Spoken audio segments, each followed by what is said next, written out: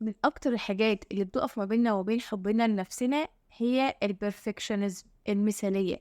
إن أنت تبقى عايز كل حاجة مضبوطة بالملي بالشعرة زي ما أنت حاسبها وزي ما أنت مخطط لها، وإن ما ينفعش أي حاجة تخرج عن سيطرتك أو عن سيطرة الperfectionism بتاعتك.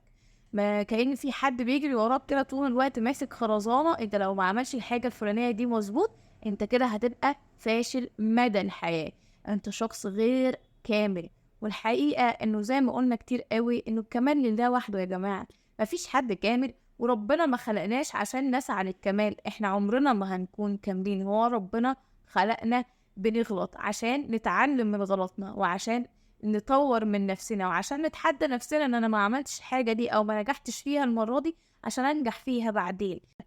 الفشل مش عنوان ليك، وعمره ما هيكون عنوان ليك، أنت مش تجربة،